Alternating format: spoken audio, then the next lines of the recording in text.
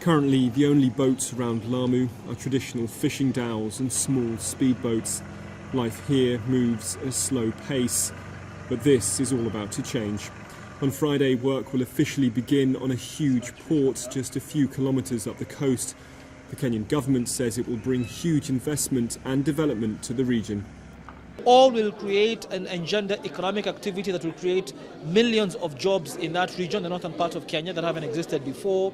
Lots of activity, and of course with that the services that go along with that, the schools, the colleges that go along with that. All this will create a lot of economic activity and development for the northern part of Kenya. But that will mean a change of lifestyle for a lot of people living here, many of whom are angry and say they haven't been properly consulted on the issue. Some are even taking the government to court to try and stop the development, arguing that the proper environmental assessment hasn't been carried out. They fear the traditional way of life here will be destroyed.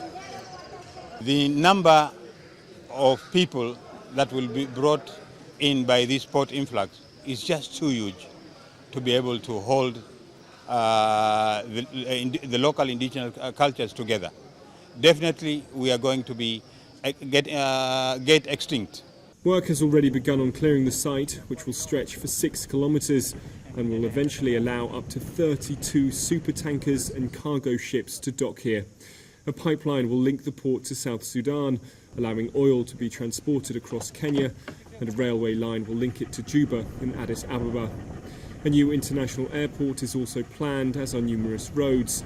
It is described as the biggest project of its kind anywhere in Africa, with a cost projected at $24.5 billion. But all that work will inevitably lead to environmental damage.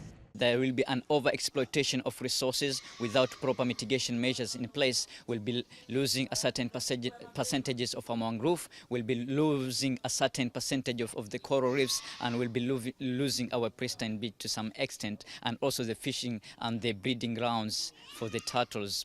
Another concern for the locals is that the jobs will go to outsiders and that the fishing waters will be destroyed. Life here is still very slow, but not for much longer.